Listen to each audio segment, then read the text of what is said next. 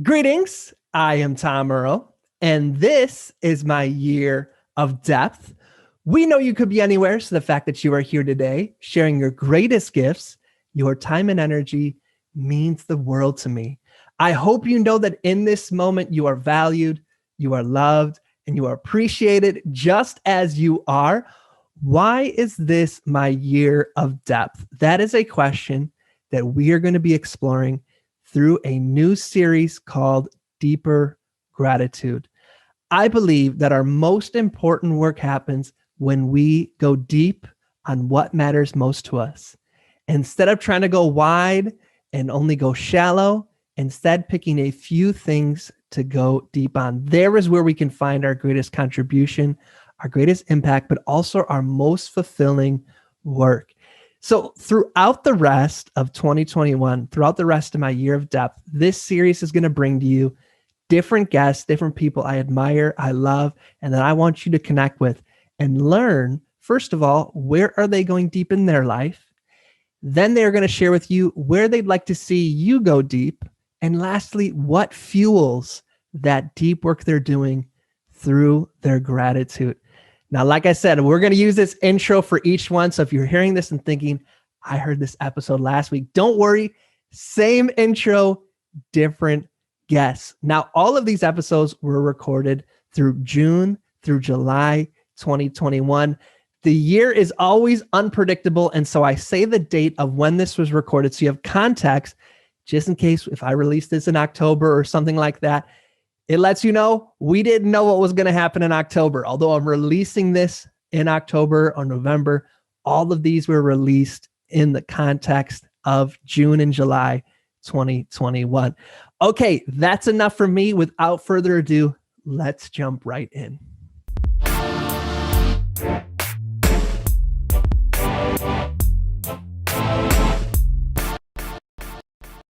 We are joined by another amazing guest. Today is July 1st. We have a return guest, and actually the interview Andrea was a part of, DIY Judaism, is actually out of the 340 episodes we've released, it is in the top 5 most amazing episodes. Amazing. I never would have called that. Never. It's good to be with you, Tom. Missing you. Glad to be here. And for those who aren't long-term listeners, we are joined by Andrea Hodos. Thank you for joining us, Andrea. I appreciate you. For those who haven't listened to that episode, who haven't had a chance to dive into your awesomeness, how would you describe yourself in 6 words? Connecting people with self and other.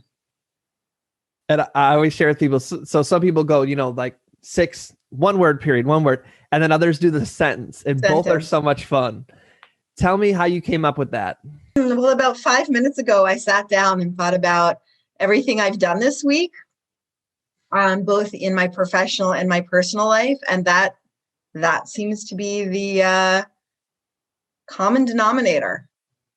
Between the Muslim-Jewish work on Israel-Palestine and Muslims and Jews confronting racism together. And then this afternoon, going to work with a group of young Jewish folks on sort of plumbing their identities and connecting with one another. I think that's it. That's what I do. Plumbing their identities. What does that mean? Like diving down into. So I'm going to do a performance for an hour about myself and my own journey, and then from there, instead of talking more about myself, the conversation is sort of, how did your story reflect in some way with my story, reflect off of? Where did your story connect with my story?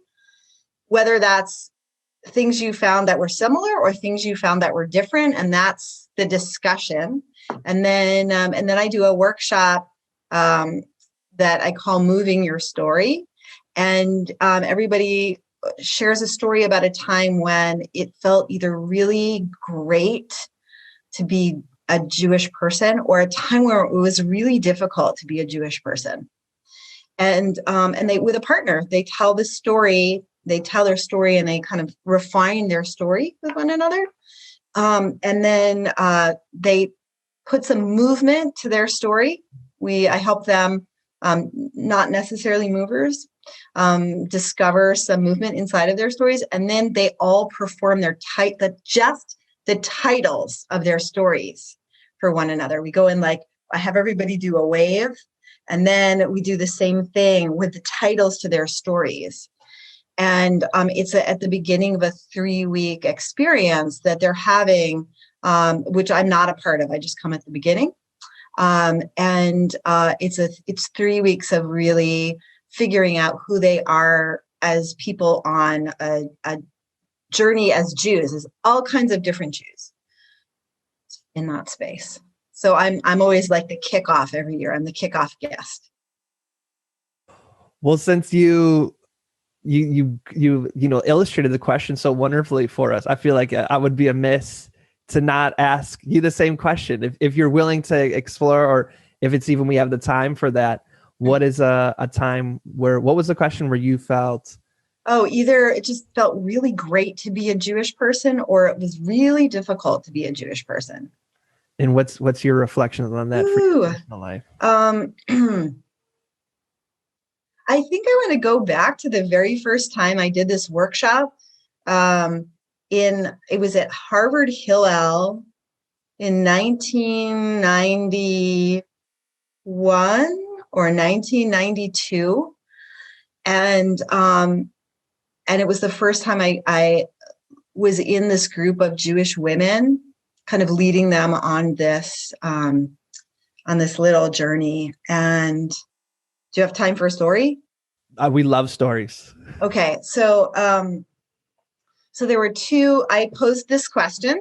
There were two people in the workshop.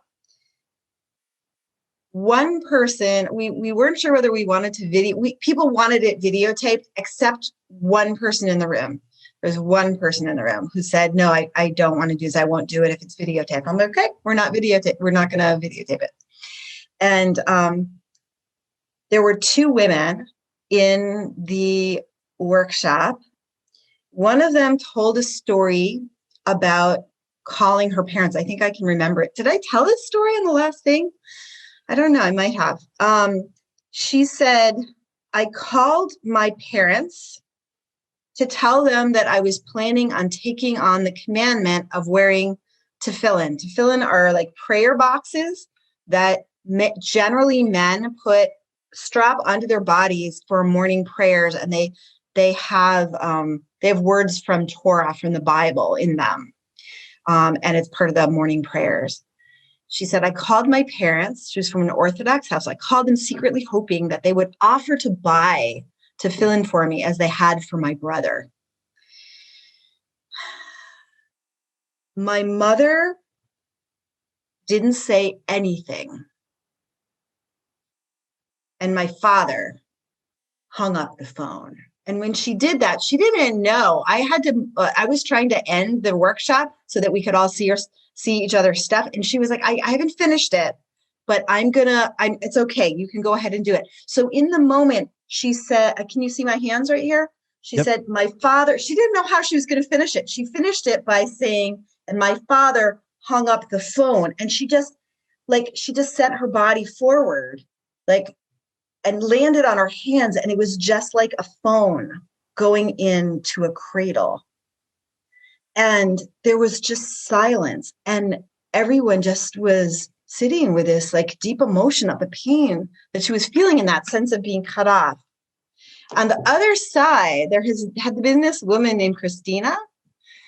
So for people who might not know this, Kristen, Christina, Christian, those generally are not names that Jews would use to name their kids, because it's literally a Christian name, right? So Christina's story was also about calling her mother. And her story was, I called my mother, not realizing it was Passover. My mother said to me, Christina, are you going to a Seder? And I said, Mom, I didn't even realize it was Passover. And then my mom said to me, Christina, remember you're Jewish.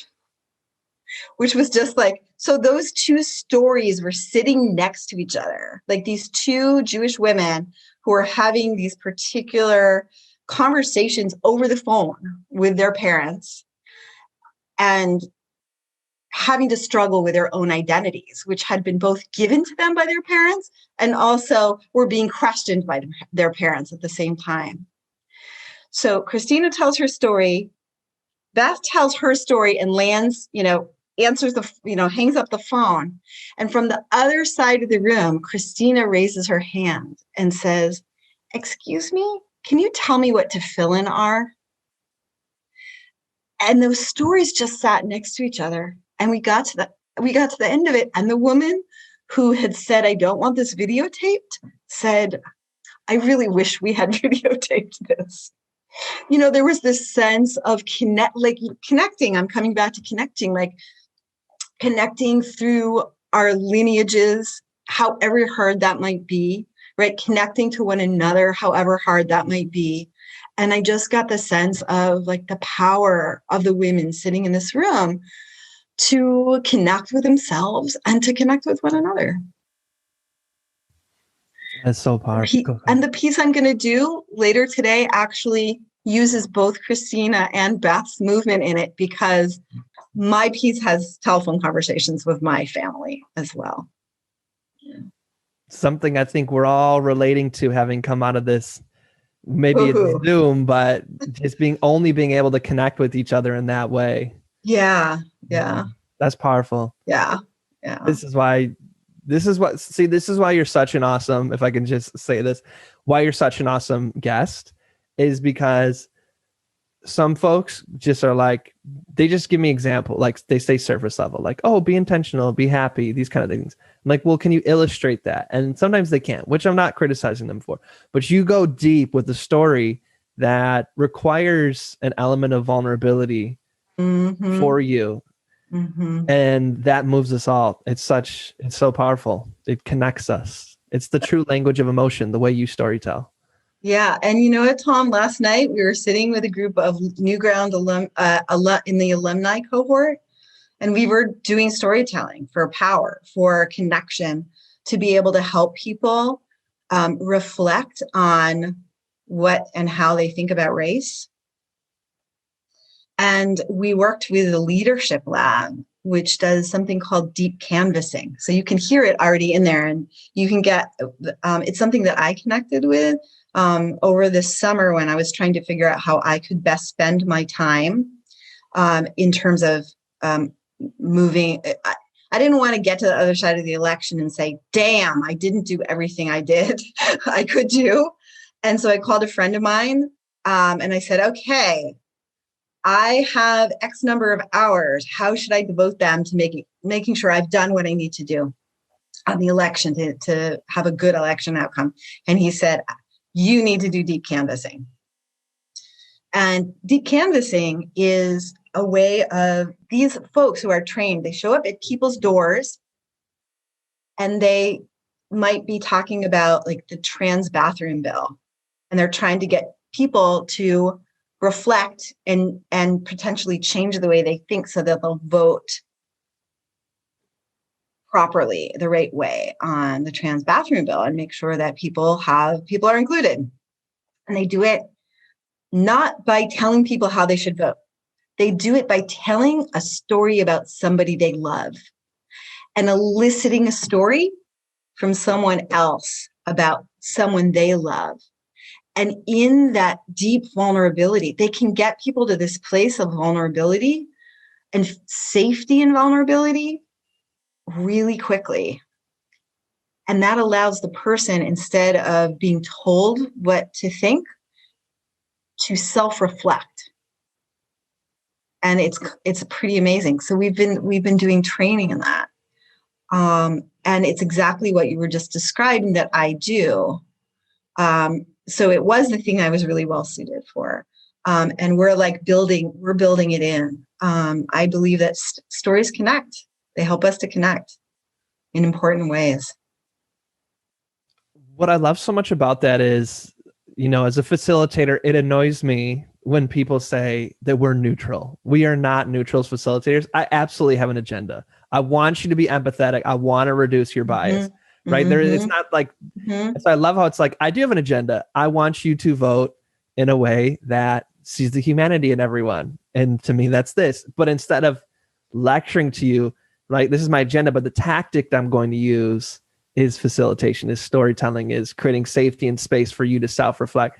So I love that. That's amazing. What's the TEDx or the TED Talk people can watch that goes deeper? Oh, yes. Dave Fleischer.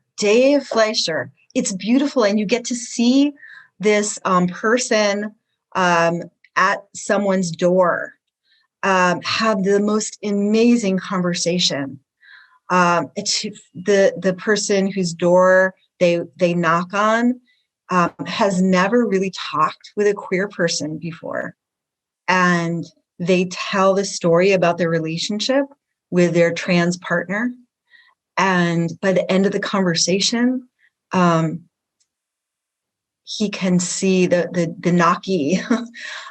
He can feel and see things he hasn't been able to feel. He's reflected on moments in his own life where he was cut off from feeling. It's beautiful. And Dave is, every time I spend time with Dave Fleischer, is like, it moves me, like it carries me for a good couple of days. And that's David and then Fleischer, spelled Fleischer. I would say we'll have it in the show notes, but I can't promise y'all that I'll actually be able to follow through that when I do. I will. I'll send it to you. There we go. It's more a matter of, will I remember when I write the write-up for this to include it? So I just want to spell it for y'all right now. Okay. How to Fight Prejudice Through Policy. Just Google that and it'll pop up. Yeah. Well, as to be expected, I'm enjoying that we're going off the script. So we're probably not going to get to all the questions, but I think it's okay. It's more the intention, the spirit. We are just having a great conversation. But I want to ask, where are you going deeper in your life? Listening, even when it's hard, and especially when it's hard. And it's been effing hard. We just came through, and people who saw the other thing know that that my day job, but also my life is wrapped up in Israel and Palestine. And that we know one another from work with Muslims and Jews together. And it's been a really, really hard time right now. And I just see it work. I see moments that when people feel even just a little bit heard and seen, it opens them to be able to hear and see things that they haven't been able to hear and see. And I really believe in political action. I believe in people standing on the street and yelling against systems and calling systems out. And I also really believe that when you yell at a person, it doesn't change their mind. So I really see a distinction there between standing in a place of righteous indignation and justice against systems and engaging human beings for change. And I see them as both really, really important. And I think because of what you have identified in me, I'm much more suited to this. My own deep listening, which is really hard. I find that there are a variety of people I'm not inclined to feel compassion for right now for a variety of reasons. And that it's absolutely essential that I pull up that compassion and allows me to see things that I haven't been able to see before. And my being able to do that allows other people to see things they haven't been able to see before or feel before. And it becomes safe for them to do that. So I think I got two in there at the same time. I want to give context. So Andrea and I would work together at NewGround, and then she would be generous enough to offer me a ride home. And I'd be like, "How was your weekend?" And she'd be like, "Oh, Amazon just opened a bookstore at the mall. And so we did a sit-in and security came and kicked us out." So I want to give context that Andrea goes to protest. She's on the front lines, her and her partner. So when you hear Andrea say, "I believe in direct response on the front lines," she's actually doing that. So I just want to give that credit if I can. So That being said, I'm imagining when you go into dialogues about tough stuff, for example, Israel and Palestine, Islamophobia and anti-Semitism, that people on, if we can be binary for a second, it's not binary, it's a spectrum, but people on both sides want you to be direct action in those dialogues. Andrea, say this. Both sides saying it to you. Say this. I thought you were on our team. How do you, with that desire that you usually are the person who's going to say, this is exactly what I mean, in those moments, holding back your thoughts on that and instead holding the space for, let's try to see each other. How do you personally on the inside, not tactically, but on the inside, how do you do that? So you were talking about neutrality. And we've been talking about this a lot because that's the way we used to describe the work that we do. And you're right. It's not neutral. It's about being trusted. It's not about being neutral. And it's explaining that we're creating spaces. Oh, I guess this is more the tactics, but I need to speak to this. It's like, it's not, I want to talk about faith washing for a moment. I really strongly believe that faith washing can be a problem, right? Faith washing means we're going to get together and only talk about all the happy stuff in the ways that we are the same. And that's really important. It's a place to build connections. But if you stop there, I think it's really a problem. You're not doing the work. You have to go to the place of conflict and you have to be real when you get there. And you need to be able to tell your story and you need to be able to listen to somebody else's story. And so I think for me, I hold my story at like over here. And then I love seeing people. It's really like, it's just an essential part of who I am to really be there and see people. And so when I'm facilitating, that's what I'm doing. I'm in that space where I'm creating an opportunity for people to really be seen and to see one another, and things shift from that place. I don't do political action publicly on Israel Palestine. I have a lot of stake in the game personally, and I have to hold that at bay for this work so that people can then make a decision about where they go.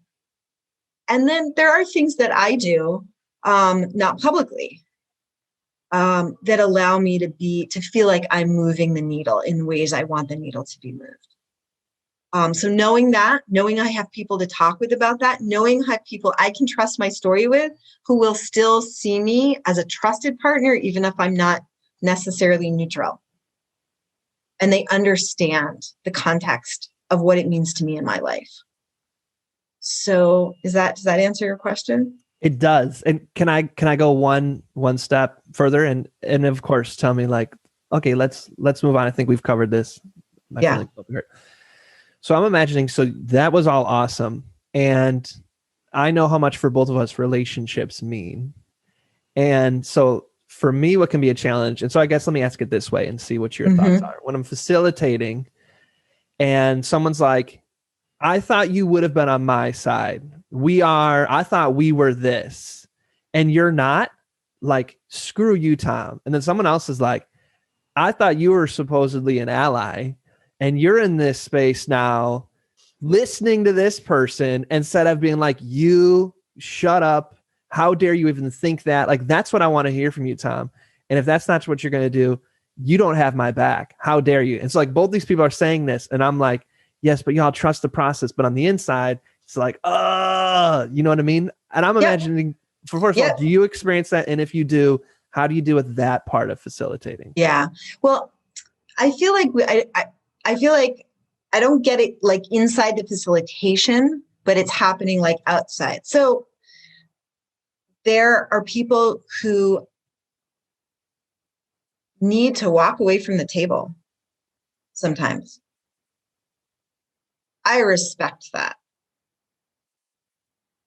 I don't see it as an end necessarily, right? Like during May, we spent hours on the phone with people, individuals, parts of our people who are part of our community, Some people couldn't even answer the phone or answer a text. It was too hard. And some people didn't want to answer the text, but they did. And we spent hours on the phone with them. So I think it's just trusting the process and trusting that people are going to come and go, and it isn't going to be the right work for everybody at every moment. And just knowing that I feel like I came through, we all came through this last period, believing even more deeply in the work and the importance of the work. And I think that that's just what it is. It's just like trusting. It was, I will not lie, it was shaky at the like mid-May.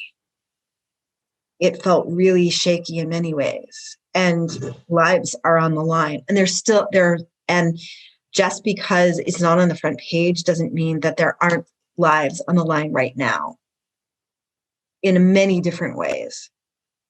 But I believe that our work here is to help people see each other, to be able to bring that back to our respective communities, to move the needle, to help people be able to see one another's humanity so that we're not destroying one another. I just don't think that if somebody isn't doing that work, it's not everybody's work, but if somebody isn't doing that work, we're not going to be able to move through. We're not going to be able to move past. It needs to be one of the modes of change. And it's the one that we're really good at. We're damn good at it. I'm so proud of us. I feel like we've been doing really hard work. And I feel like we've done important things in the last year in a really hard time. So I guess it's just faith that what we're doing matters. Does that make sense? I've got the facilitation spirit within me. You've fired it up. I believe in the process, dialogue, power relationships. Yeah. Andrea, I appreciate you. I'm having to use self-discipline to not have us talk for a 20-minute interview into an hour and a half. So can we have you back for a full interview? One of the epic ones in the fall, maybe? That sounds good. Let's give it a shot. It's been so good. It's been so good to see you in the flat screen, and I can't wait to see you in 3 dimensions. Agreed. And for folks who want more Andrea in their life, where can they go to do that? Please I have a personal Facebook page, and I'm sometimes very active on it. And some people who appreciate what I've talked about here appreciate things that I have to say there. So Andrea Hodos, Hodos. Let me know if I don't know your name. I don't always accept friend requests from people I don't know. So if people want to, they can say, "Oh, I heard you on Tom's thing," and then I will happily accept your friend request. And then Moving Torah is my performance and like arts educator hat. And so it's just movingtorah.com. Perfect. And I have just realized, I think for all these years, I have been pronouncing your last name wrong. I am so sorry. Okay, no worries. What a terrible friend. I will correct that. It's Hodos, not Hodos. Yes. Andrea Hodos. All right. I answer to everything though. Andrea and all the things. And now you're getting Andrea stuck in my head. Let's not do that. Sorry, Andrea Hodos. Yeah. What is your invitation to those who are listening? What would you like to invite them to do, to be, to consider, to think about? What's your invitation? Yeah, I think it's that listening, just like figuring out who it is you need to have compassion for that you haven't had compassion for, and try to listen and see what happens in that conversation. Curiosity. Yeah, listening and curiosity. Andrea, as long as you're not, well, there's a longer conversation. We'll do that. A longer conversation next time. You can add on. Go for it. I was going to say, and there are times when it's not the right thing for you to do because you've been in a place of harm, right? So I'm not asking people who have been harmed in a way that makes it where they're not able to listen. That's really important. It's like sometimes not everybody can make it to this table right now. Does that make sense? It does. I'm glad you added that on. Yeah. Andrea, I'm looking forward to having you back, and I am so grateful for you sharing your gifts and your energy with us. You too, Tom. Thanks for all of the awesome conversations you have. My pleasure. We have our next guest. He goes by the name of Omar L. Salams. Brother, how are you? I'm great. Thanks for having me. Oh, I like getting to hang out with you. So the pleasure's all mine, as they say. And we are recording this on June 22nd for those keeping score. Omar, for those who have yet to meet you, how would you describe yourself in 6 words? Complex, dreamer, idealistic, hearty, multidimensional, and particular. I love that. I love that. You're our second one to bring complex into the mix. We love that. It's kind of an easy one. I think we all are. But yeah, that's what came to mind. How did you select yours? I really didn't think about it. I just sort of like let it come to me, sort of like as if I was meditating and I was receiving a vision. How do you create that ability to trust when you're like, I'm going to let it come to me, to trust what comes to you rather than be like, these 6 things? No, not those 6 things. You know what I mean? Like, I think especially as creatives, we're always trying to channel, but then we second guess our channeling. So how do you find that trust in your ability to channel? Well, I think as creatives too, we think a lot about our process and about who we are and sort of maybe like what's getting in the way of our creativity. So it's like, I know sort of myself well enough to know that like my strengths are my weaknesses can be my strengths. So it's like, trying to kind of like communicate the various like parts of yourself that you encompass and, also taking the good with the bad and just kind of, being, trying to be honest about it and stuff. So yeah, these aren't the most like positive words, but I think they're pretty real. What do you think they say about who you are?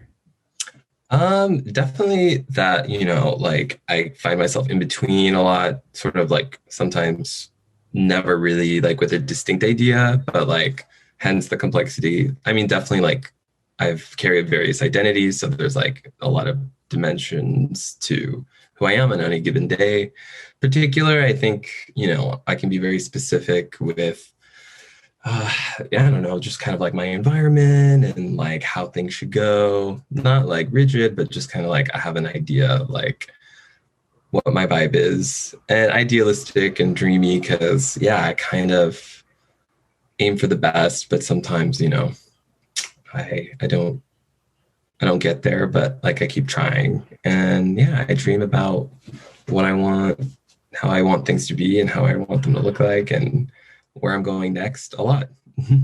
I love this. What would you say is an ideal you have? You're idealistic. What's an ideal you have? I think like an ideal would be just to sort of like try harder every day. Like if I did something one day, like waking up the next day and sort of building on it. So I don't know if that's really an ideal, but I think like ideally, I'm always sort of like pushing myself to the next like level. That's what's up. Yeah. I appreciate you. This is awesome. We're off to such a good start. This is awesome. Hey, it's not boring. No. People are edge of their seats. This is awesome. Where are you going deeper in your? Yeah. So I think like a lot of us in the last like 15, 16 months or whatever have thought a lot about like, well, what am I doing? Life is short. World super unpredictable. So it's like I've been personally sort of trying to find like a flow and like a deeper meaningful flow and like more balance, but also like incorporating more activities in my life that sort of like contribute to a state of like flow and harmony. So that I respond to like, that I like wake up thinking about and that I'm like, that I vibe on. So I mean, I think lately there are hobbies I've discovered that are really like therapeutic too. So like a lot of like things that ground me in the moment and bring me to a center and help me focus that constitute, I guess, as like self-care too. I really didn't understand like what self-care meant for a long time. Like I just thought taking time to myself meant like not doing anything, or it was maybe selfish. But I think developing myself more as an artist and creative, which I've never really allowed myself to do, is some place like through these activities I've developed, like, or taken up, are definitely where I'm like focusing. How then, if you don't mind sharing, how has your definition of self-care changed, evolved? Well, like, I think a lot of times I was including, like, before the pandemic and stuff, I was thought of self-care as like hanging out with people or like doing things for others. And that was great. But like, since I didn't really have that,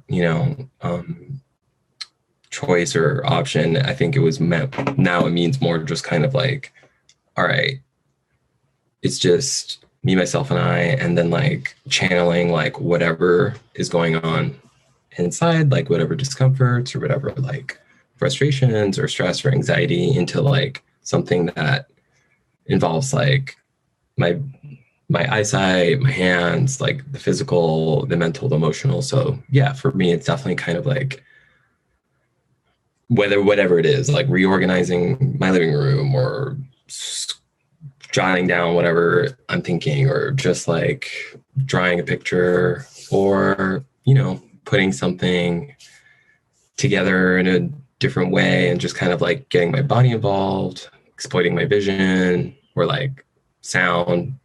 I have a record player, like I just recently bought, and like letting a record play and not interrupting it or whatever, and just like allowing myself to be in the moment and stuff is just kind of like, wow, I did that for myself. I feel better. No one was around. It's all good. I love that. Yeah. What's your record collection looking like?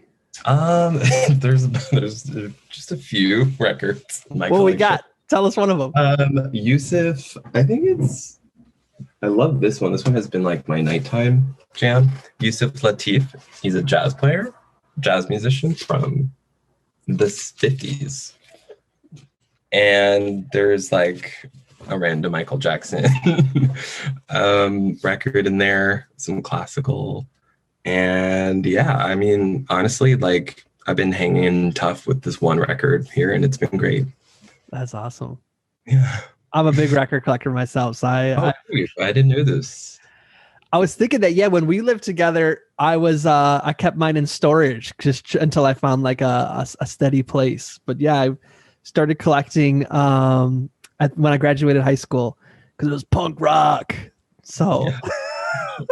You still have all those? Yeah, I do. They're all set. My record player's next to me. I have it set up so I can listen to my records on headphones while I'm working and stuff like that. So. And you listen to punk rock? No, I mostly listen to. No, I started collecting records then because it was punk rock. Right. Because like. Oh, like the. Yeah, I was like, it's punk rock. This is a punk rock thing to do. You know what I mean? It is. It's way more mainstream now. Now I mostly listen to chill hop.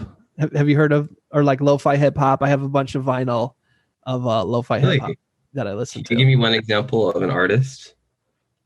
So there's this like brand called Chill Hop, and they make compilations. So to be honest, I don't think I know any of the names of the artists on it, but I have like 4 or 5 of their like, have you seen the little like raccoon listening to music? Have you seen that one? Oh, go to YouTube, search Chill Hop. You'll see a raccoon in bed listening to music. That's Chill Hop. Sold. It's like calm hip hop instrumentals. Nice. Yeah. Like cool hotel music. It's like stuff that people listen to, I think, while they're like coding or playing video games or working or things like that. You'll have to experience it. I'll have to get raccoon to listen to it. Oh, that was fun. Loved it. What is, you said the word get into flow. What does that look like for you? Yeah, definitely. Like for me, it's kind of like checking in with myself, kind of like making sure like my basic needs are met. Like if I'm hungry, I'll eat, or like thirsty, I'll drink, or whatever. Like if I'm not feeling well, I won't really like get into some like an activity that I find myself sort of losing myself in. So like for me, it's always just kind of like, all right, like when the conditions are right, I feel good, then I'll just sort of like sit down. These days it's, I'm working on one fragrance at the moment. And so, I get everything I need set up, and then I just kind of, flow, just get into it. And I kind of like try and,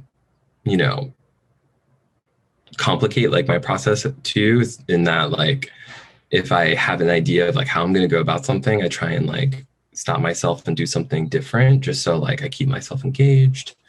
And it's not linear, and it's just kind of like captivating myself and trying to like keep myself interested and fed. And then, excited. So like, for me, it's just kind of like having a routine, but like messing with that routine too a little bit. And surprising myself a little bit too. So I feel good about it, and I want to continue. Love that.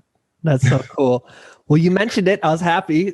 Because I'm envisioning that when you're creating your fragrances, that you have to trust yourself. Like you have to smell this, smell that. And there's really not like a blueprint on how to create a new scent, right? You got to have an element of this feels good, this doesn't. Am I envisioning this correctly?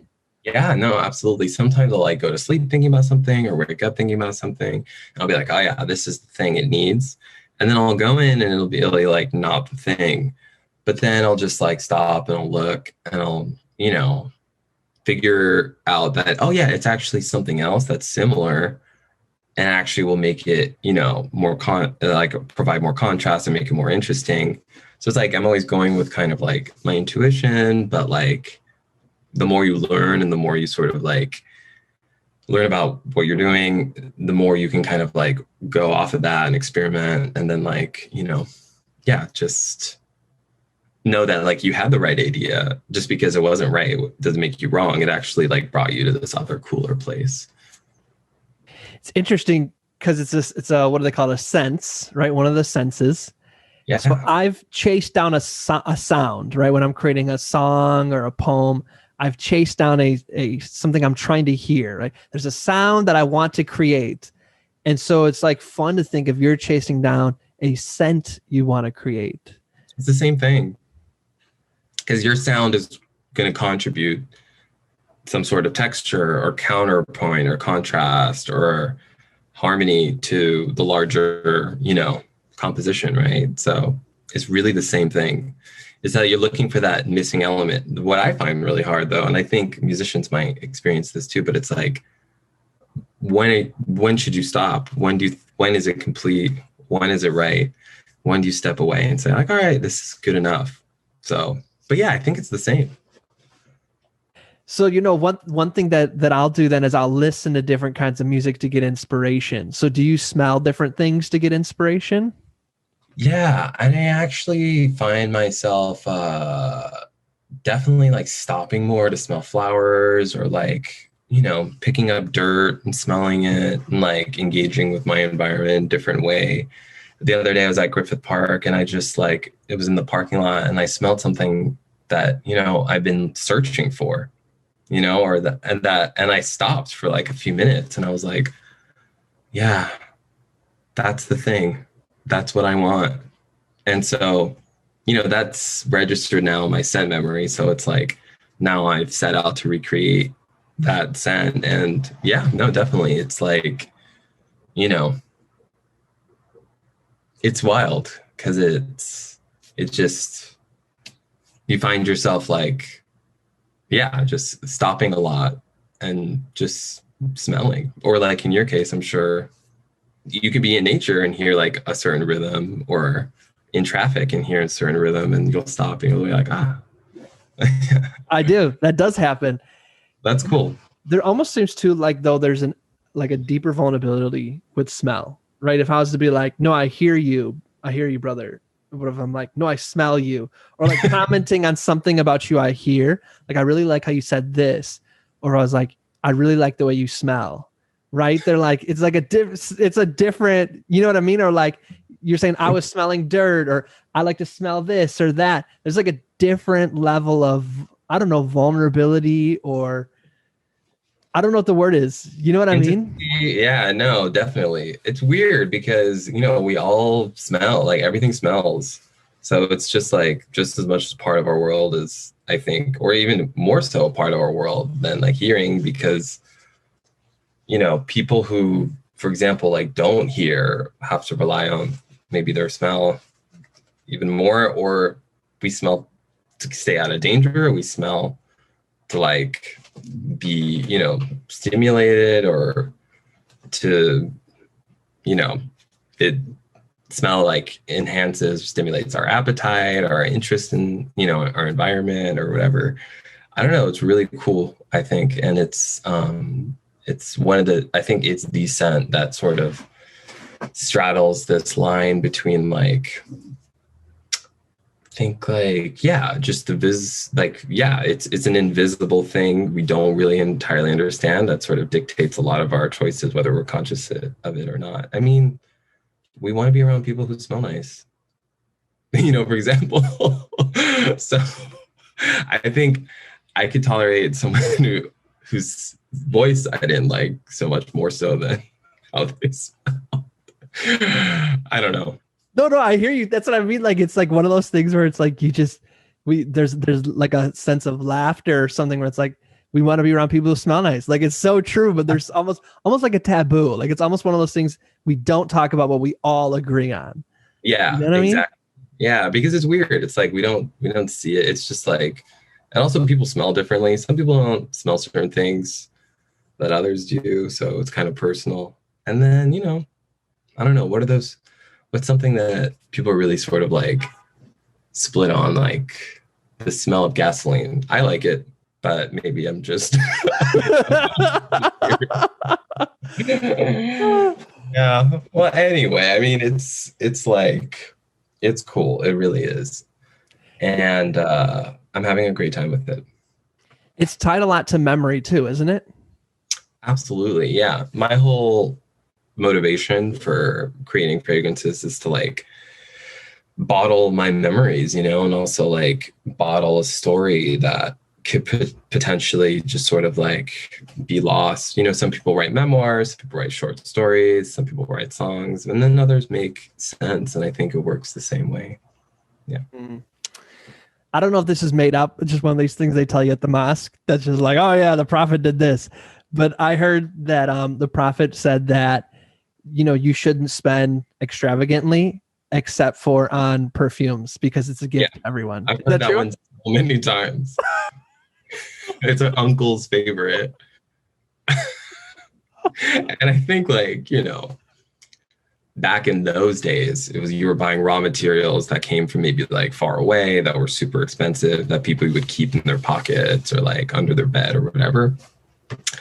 And but I mean, it definitely translates to sort of like our modern world, where it's like, when every time I purchase like an essential oil or something, it's like, oh God, it's expensive, but I'm buying like something that was like created by God and that has like this, that I'm a part of too. Like, well, for me, a lot of these scents I'm familiar with. So like reminds me of something like good, or, reminds me of my mother or whatever it is. So I think of it as an investment in like, my, my mind, my memory, but also like a way of getting closer to God's creation. Because these are concentrates, these are essential. So it's like, and they're so complex and they're so beautiful. So, that's how I think of it. I love this. This is awesome. What do you want people to go deeper on? Yeah, no, I think people should definitely, I mean, I'm not telling anyone what to do, but I think like taking up some sort of practice that allows you to express yourself in a way you're not maybe comfortable with or, accustomed to, and like working out like deep-seated issues, like whatever it might be, you know what I mean? It's like, it could be childhood, it could be, you're just breaking up with someone, or you find yourself kind of like stuck in a rut. These are all, these are all things that have to be worked out. So writing, movement, getting up every morning and doing something a little different, like dancing around or just stretching or whatever it is, like having an activity that you can come back to every day or every other day or whatever, I think is really, really cool. Or even listening to like a song or watching a movie or reading something that like makes you cry or that really is going to like stimulate some sort of emotional response. Of course, done in a safe way, considering like, you know, your sensitivities and your triggers and stuff. But yeah, I think there are future opportunities for people to be like cathartic and have like safe emotional releases. And I think this might come from like a privileged point of view, but like, because, you know, some of these things might mean that you have the resources to do them or whatever. Art supplies cost money, but whatever. It could just be taking pen to paper or like, again, moving your body in a way you don't usually do. But yeah, our society doesn't encourage like unrestrained release or the processing of, you know, of our whatever you're carrying outside of like clinical settings or bars or whatever. So yeah, just trying to like make yourself feel better, like through some sort of like, yeah, newfound interest, hobby or activity, I think is cool. I wrote down the word unrestrained release. What a beautiful phrase you said. That's wonderful. Yeah, I think it's really, it's powerful. And you can do it for yourself. While smelling good. Sure. Or not. No one's around. But yeah, people are around, try and smell good. For only $9.99 today. Oh yeah, no plugs. I love that. I love that invite to go deeper. Well said, brother. Thanks. Yeah. What are you grateful for right now? Grateful to be alive. You know, I can't say that I've always felt that. So like, I think it's a good thing. Family's good. They're in good health. I think that's huge. Grateful for different educational resources that are like so readily available online these days and through our like public libraries and stuff. I've definitely been hitting up the library a lot more. Awesome. I'm grateful for definitely my health and security, of course. And coming out of, we're not coming out of the pandemic, but like, you know, every day I'm like, wow, I'm good, you know, like I'm not sick. And so, yeah, there's definitely that. And also grateful because I've been thinking, I've always thought a lot about like my past choices and stuff, but now I'm sort of approaching it differently and, you know, find myself being grateful for like having charted my own path and, you know, made some pretty out there and what some might call like impulsive decisions, but, you know, I've had really neat experiences and I don't think I would have really enjoyed just staying in line. You know, I'm proud to be kind of like that nail that sticks out, that refuses to be hammered down. Hell yeah. Yeah. Put that on a shirt. That's awesome. Put that on a perfume bottle. Ooh. The Nail by Omar L. We will not let Tom name the scent. Yeah, no, I'm not gonna do that. The spray bottle part's a hammer. Yeah, this is very hick. You don't know elegance, Tom. I know. Those are beautiful gratitudes, brother. Yeah, thanks. I'm glad you're here. I'm glad you're alive. Grateful. What is your invite to those who are listening? What would you like to invite them to do, to be, to consider, to think about, to evolve into? What's your invitation? Yeah, I think, again, maybe like moving differently, thinking differently, trying something completely different.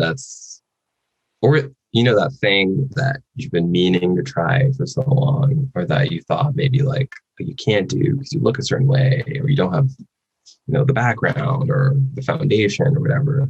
forget about all that. Just go out and try it. Do it for 5 minutes a day. If it's drawing, draw some squiggly lines on a paper, see what happens. Use color, no color, doesn't matter.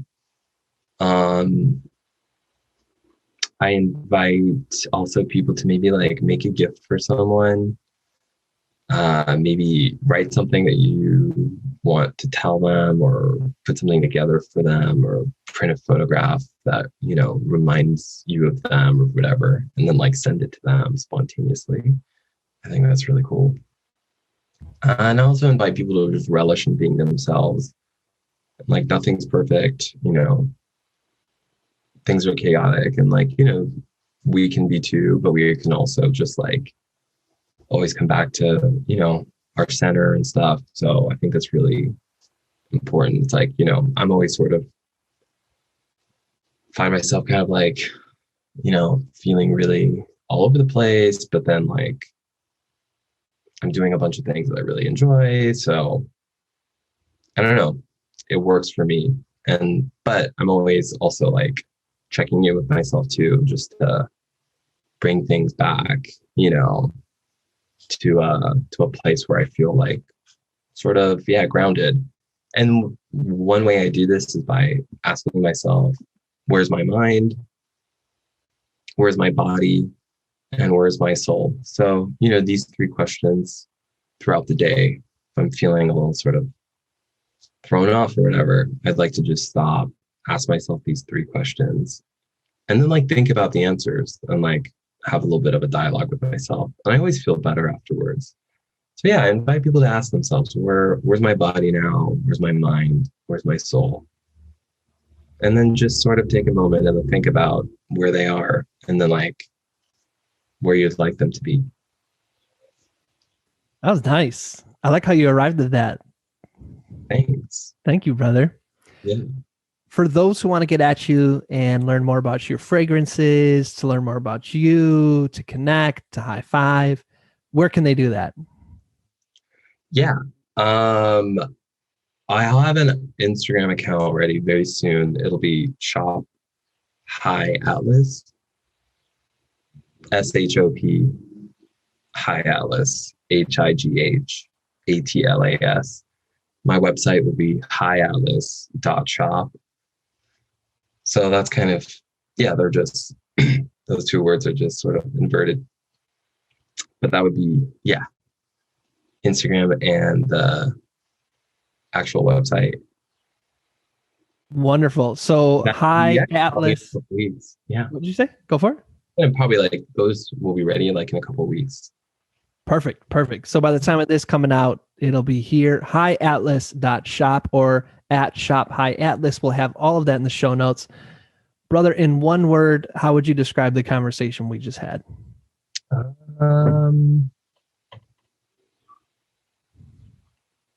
Therapeutic. Brother, I want to thank you so much for being here with us, for sharing your gifts, sharing your energy, sharing your life. I'm so grateful to you, brother. Jazakallah khair. Yeah, I'm thankful for you. Even more. If y'all want to listen to the podcast, Omar did a little eye thing. I was like, yes.